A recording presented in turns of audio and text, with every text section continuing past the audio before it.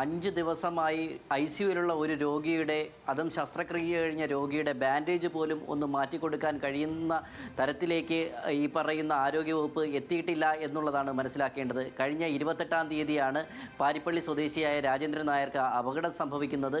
അദ്ദേഹത്തെ പാരിപ്പള്ളി മെഡിക്കൽ കോളേജിൽ പോകുമ്പോൾ അവിടെ എടുക്കാൻ തയ്യാറാകുന്നില്ല. സ്വകാര്യ ആശുപത്രിയിലേക്ക് ബന്ധുക്കൾ കൊണ്ടുപോകുന്നു. അവിടെയും അദ്ദേഹത്തിന് ചികിത്സ ലഭിക്കുന്നില്ല. തുടർന്നാണ് മെഡിക്കൽ കോളേജ് ആശുപത്രിയിലേക്ക് കൊണ്ടുപോകുന്നത്.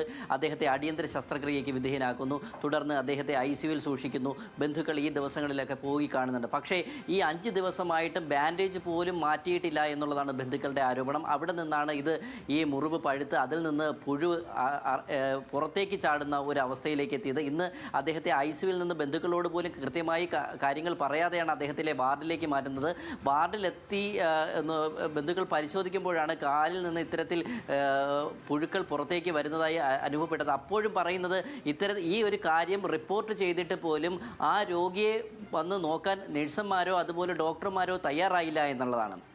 ഇത്തരത്തിൽ മുറിവ് പഴുത്തു തുടങ്ങിയെന്ന് പറയുമ്പോൾ അവരോട് പുറത്തുനിന്ന് മരുന്ന് വാങ്ങാൻ ആവശ്യപ്പെട്ടു. അവർ ആ പുറത്തുനിന്ന് മരുന്ന് വാങ്ങിക്കൊണ്ട് കൊടുത്തിട്ട് പോലും ആ പരിക്ക് ഡ്രസ്സ് ചെയ്യുന്നതിന് വേണ്ടിയിട്ട് ഡോക്ടർമാർ തയ്യാറായില്ല. തുടർന്ന് ബന്ധുക്കൾ ബഹളം വെച്ച ശേഷമാണ് ഇന്ന് അദ്ദേഹത്തെ ഈ രാജേന്ദ്രൻ നായരെ 20-ാം വാർഡിലേക്ക് മാറ്റിയിട്ട് വീണ്ടും ആ പരിക്കുകളിൽ ഡ്രസ്സ് ചെയ്യാൻ അധികൃതർ തയ്യാറായത്. എന്തായാലും വളരെ ഗുരുതരമായ അനാസ്ഥ തന്നെയാണ് ഇപ്പോൾ തിരുവനന്തപുരം മെഡിക്കൽ കോളേജ് ഭാഗത്തു നിന്നും ഡോക്ടർമാരുടെ ഭാഗത്തു നിന്നും ഉണ്ടായിട്ടുള്ളത്. ആനന്ദ്.